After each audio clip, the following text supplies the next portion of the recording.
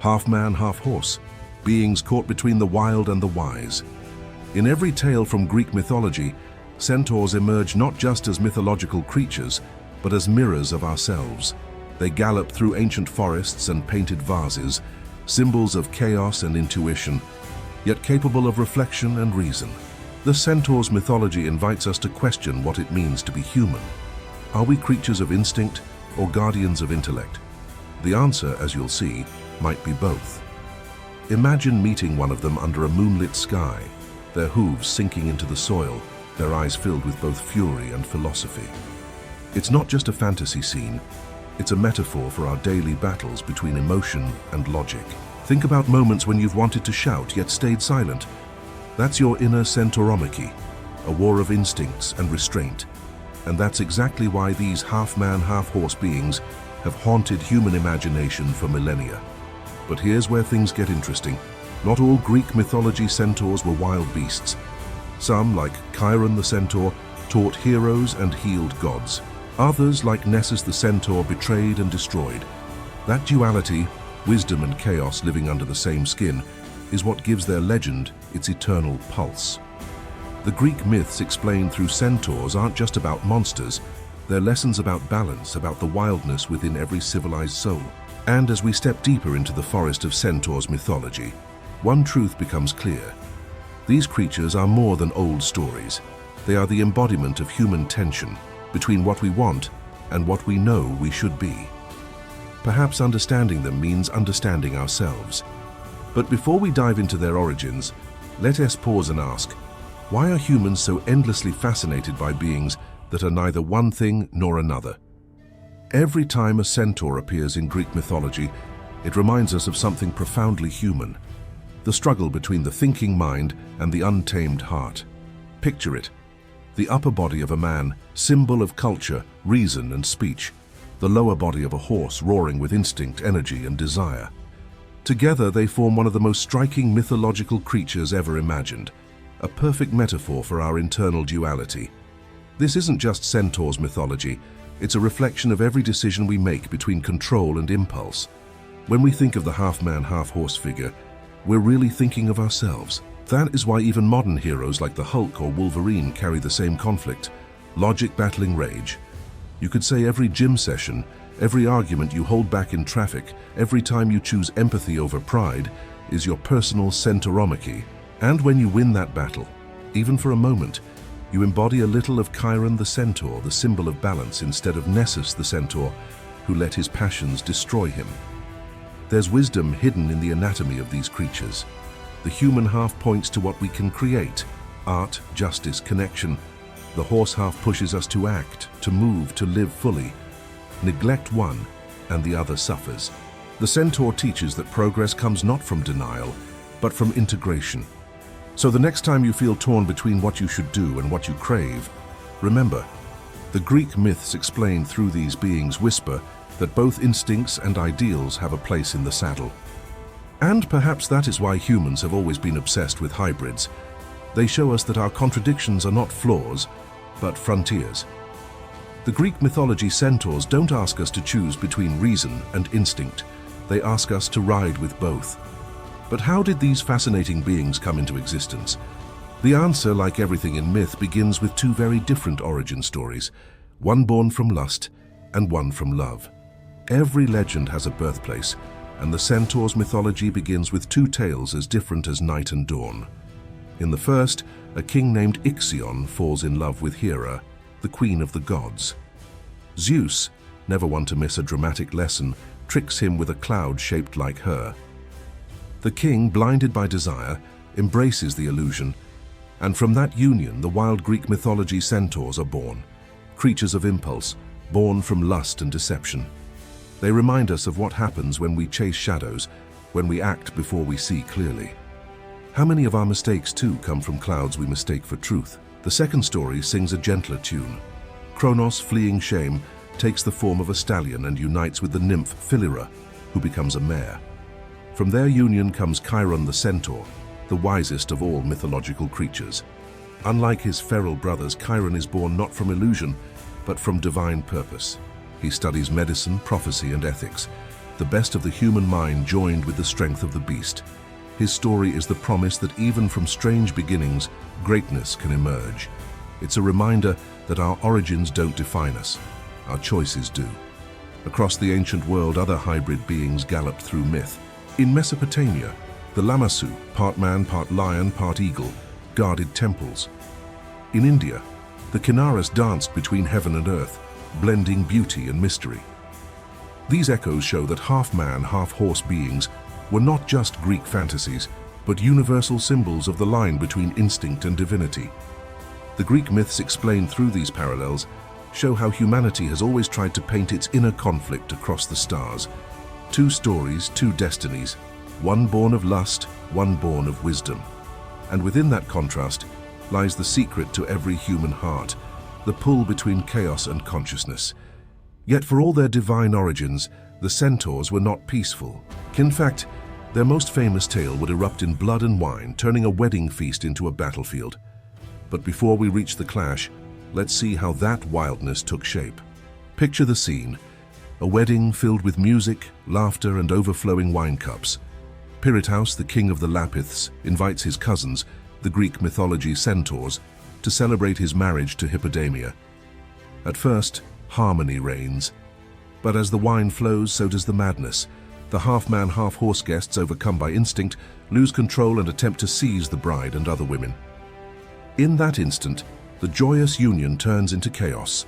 This is the Centauromachy, one of the most vivid battles in all Centaurs mythology, a moment where civilization and savagery clash in full view of the gods. Artists through the ages have adored this moment. From Parthenon friezes to Renaissance paintings, the Centaurs' mythology here becomes more than a fight. It's a mirror of human weakness. The Lapiths, armed with discipline, represent order. The Centaurs, driven by lust and rage, embody the untamed force within us all.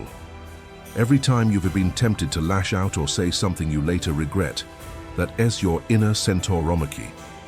The Greeks didn't just sculpt a war, they sculpted psychology centuries before Freud. It's fascinating how this ancient myth resonates even today. In modern life, wine might mean power, fame, or unchecked emotion, whatever makes us forget our boundaries. When we drink too deeply from it, instinct overtakes wisdom and reason stumbles. That's why the myth still matters. It whispers that control isn't about suppression, but awareness. To live like Chiron the Centaur, disciplined, insightful, calm, one must first understand the danger of becoming Nessus the Centaur, reckless and destructive. So the Greek myths explained through this wedding brawl are not merely about gods or beasts, but about us, about how fragile our balance truly is. The ancients knew that every celebration, every success, hides the potential for downfall if instinct goes unchecked. And yet, amid the wreckage of that mythical wedding, a different kind of centaur was quietly teaching the art of self-mastery, one whose story shines brighter than the flames of battle itself. Not all Greek mythology centaurs were wild and furious. Among the thunder of hooves and chaos, there stood one figure who chose wisdom over impulse, Chiron the Centaur. Born from Kronos and Philyra, he carried both divine insight and mortal compassion, a rare harmony between power and purpose. While others roamed untamed, Chiron withdrew to the mountains, turning his strength into service. He was the mentor of heroes, the one who taught that true mastery begins not with conquest, but with understanding oneself. Chiron's cave was a sanctuary of learning. There he taught Achilles the art of courage, Asclepius the secrets of healing, and Hercules the meaning of restraint. Imagine what it must have been like, a half-man, half-horse creature, guiding gods and mortals with gentle wisdom. His lessons weren't about brute strength, they were about alignment. In every student he saw a reflection of humanity's struggle between instinct and intellect. If you've ever mentored someone, or learned from a patient teacher, you've felt a spark of that centaur's mythology spirit that Chiron embodied. But even the wisest beings face wounds that cannot be easily healed. During one of Hercules' adventures, a poisoned arrow struck Chiron the Centaur. Immortal, he could not die, yet the pain was endless. So he chose the unthinkable, to surrender his immortality so that Prometheus might be freed, and so that he himself could find peace. That act transformed him into the constellation Sagittarius, forever aiming his bow toward the stars. It's a powerful reminder that wisdom is not the absence of pain, but the courage to transcend it. When we look up at the night sky, the light of Sagittarius still glimmers, a cosmic echo of his choice. In that twinkle lies the eternal lesson of Greek myths explained through Chiron. Our instincts can be our downfall or our guide. He teaches that enlightenment isn't about denying our wildness, but refining it into purpose. And yet for every Chiron who heals, there is a Nessus, the centaur who deceives, reminding us that wisdom and betrayal often gallop side by side through the fields of myth. Every legend carries its shadow, and in the mythology of the Centaurs, that darkness takes the form of Nessus, the treacherous centaur. If Chiron embodied wisdom, restraint, and compassion, Nessus embodied the other half of the centaur soul, desire without discipline, hunger without conscience. His tale begins not on a battlefield, but by a quiet riverbank, where the currents seem innocent and the air still. There, Nessus appears to Deianira, the loyal wife of Hercules, cloaked in the guise of a helpful stranger. He offers assistance, a false kindness born from temptation. But beneath that polite facade simmered deceit. Nessus' nature, half man and half beast, was not merely physical, it was psychological. Torn between the moral reasoning of man and the primal instinct of horse, he yielded to the latter. As he lifted Deianira into his arms, lust triumphed over logic, and the centaur revealed his true intentions. The river that had seemed peaceful moments before now mirrored the chaos within him. It was then that Hercules, realizing the betrayal, drew his bow, loosing an arrow tipped with the venom of the Lernaean hydra, a weapon of both mortal and divine wrath. The arrow struck true. The poison coursed through Nessus's body like fire through dry grass, searing him from within. Yet as his strength drained, the cunning in his mind refused to fade. Even dying, the centaur plotted. He called to Deianira with his final breath, voice trembling with both agony and deceit. He claimed that his blood held a secret power, that if she anointed Hercules' clothes with it, her husband would remain forever faithful. His words, soaked in pain and trickery, seeded a tragedy that would bloom years later. Deianira, innocent and desperate, believed him. She collected the blood, trusting in its promise of love, not realizing she had captured venom disguised as devotion. Time passed, and suspicion crept into her heart. When Hercules' affections seemed to wander, she reached for the potion, a relic of betrayal masked as loyalty. The moment he donned the robe soaked in Nessus' blood, the poison burned through his flesh, a slow death born of misplaced trust. Thus, Nessus' revenge reached beyond the grave, proving that manipulation can destroy even the mightiest of heroes. Nessus represents the shadow of love, the side that seeks control rather than connection. His story is not merely about deceit. It's about the human urge to possess what we fear to lose. When affection turns into ownership, when care turns into control, we poison the very thing we wish to protect. The myth of Nessus endures because it reflects our own contradictions. We destroy through devotion, harm through fear, and sometimes call it love. The tale reminds us that passion without integrity is ruin disguised as romance. And so between Chiron and Nessus lies the eternal duality at the heart of Centaur mythology. One heals, the other corrupts. They are two sides of the same creature, two halves of the same soul. Their opposition is not only mythic but human, symbolizing the thin line between wisdom and temptation, sacrifice and selfishness. When we gaze upon the centaur carved in marble or painted upon ancient walls, we see ourselves reflected, half noble, half flawed, always torn between the divine and the beast within. Their story is our mirror, and their lesson endures as long as desire and conscience share the same heart. Across the centuries, centaurs galloped beyond myth and into the very heart of human creativity, carved into marble, painted onto canvas, and charted in the stars. On ancient Greek vases, these half-man, half-horse figures appear in wild motion, dancing, drinking, clashing. They are not still images, they are explosions of energy. Their muscular forms twist and leap, capturing the raw conflict between primal chaos and refined civilization. These weren't just illustrations, they were warnings carved in clay. In the grand stone friezes of the Parthenon, we see the Centauromachy unfold like a silent film. Warriors and centaurs locked in combat, frozen in the moment where wine turns into rage. Every tendon, every grimace carved by sculptors who understood that myth was more than fantasy. It was psychology. The Greeks didn't just honor their gods in temples, they used art as moral memory.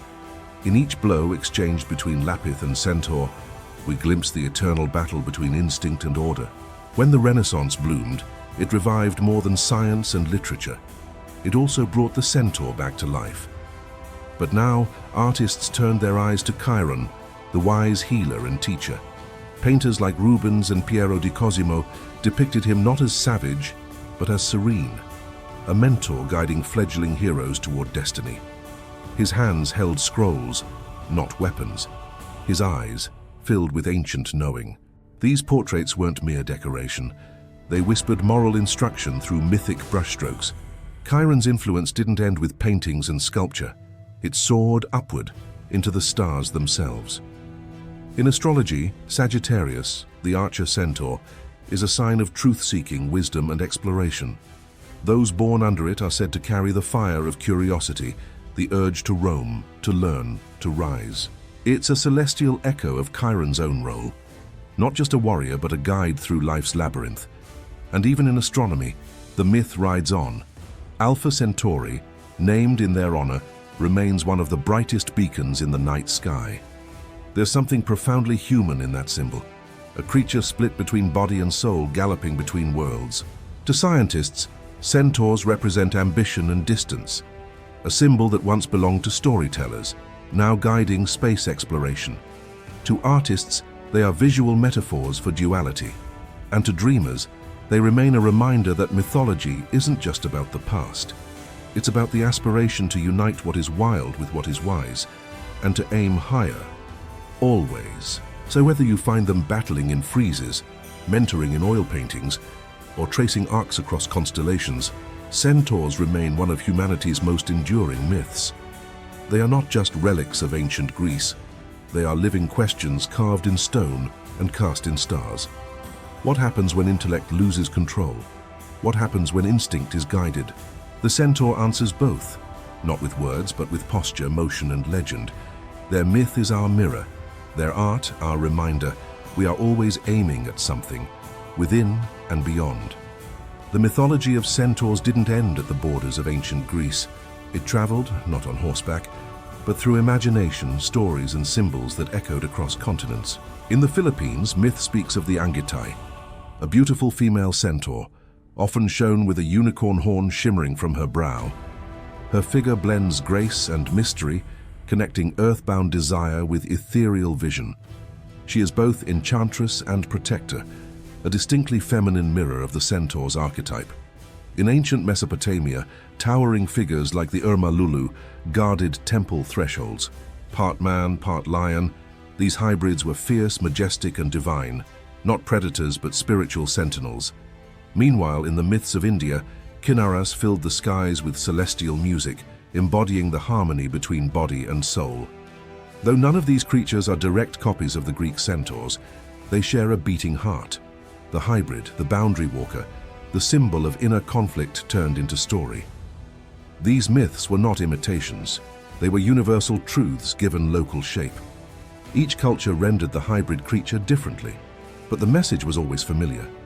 Whether horned and glowing like the Angitay, or solemn and strong like the Lulu, they pointed toward a universal duality. We are part instinct, part aspiration, part grounded, part reaching skyward. The Greek centaurs fought weddings and guided heroes, but the others sang guarded and wandered, all tracing that same spiritual tightrope between chaos and calm. These myths across time and geography echo a single truth. Balance is a sacred art, and that search for balance hasn't left us. In modern times, we live our lives as hybrids too. We speak to machines, scroll through virtual lives, yet still feel nature tug at our bones. We dream of starlight and forest trails in the same breath. The centaur has evolved, yes, but it lives on in our metaphors, It reminds us that progress and instinct must move in harmony, or one will trample the other. The myth didn't disappear, it simply changed clothes and logged in. So next time you see a centaur carved in stone, or encounter a creature like the Angite in folklore or fantasy art, pause and look deeper. What you are seeing is more than a monster or guardian, it's a portrait of us, the part of us that wrestles with instinct while striving for enlightenment. The centaur myths from East and West all whisper the same insight. We are divided beings, learning to walk whole. Their forms are different, but their essence is shared. Mythologies that stretch across deserts, mountains, and oceans. Even in pop culture, the centaur thrives. In fantasy films, novels, games, and animations, beings like Chiron, Nessus, or unnamed warrior centaurs roam the edges of worlds. They are no longer just Greek. They belong to the world now.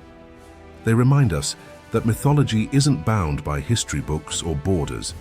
It adapts, it evolves, and above all, it continues to speak.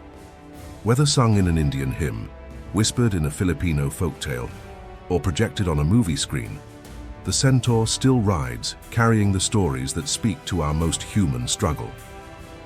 The centaur has never truly left us. Though born from ancient marble and myth, it continues to gallop through the modern imagination, evolving, adapting, thriving. In fantasy worlds like Harry Potter, we meet Firenze, the stargazing centaur who warns of fate and balance. In Narnia and Percy Jackson, centaur warriors lead battles and guide young heroes. These aren't just fantasy side characters. They're visual echoes of our ongoing struggle between reason and instinct, between mind and muscle. On screen and page, every half-man, half-horse silhouette raises the same age-old question. Can power be held without losing purpose? That's why centaurs resonate with audiences today, because we still wrestle with that balance. And it's not just in fiction. In real life, we see modern centaurs everywhere. The athlete chasing superhuman strength, the tech leader taming chaos into innovation, the artist lost in inspiration's wild stampede. We live on the edge, pulled between order and eruption, always seeking control without collapse. Psychologist Carl Jung called this inner tension the wild self, the buried part of our psyche that resists domestication. We suppress it to meet deadlines, maintain appearances, follow routines. But deep inside, a centaur still stirs. We might write reports by day, but dream of escape by night. The Centauromachy, once fought at a mythic wedding, now plays out silently within our minds. Even our digital lives mirror this. Our feeds curate perfection, while our hearts crave something untamed. That's why storytellers keep resurrecting Chiron.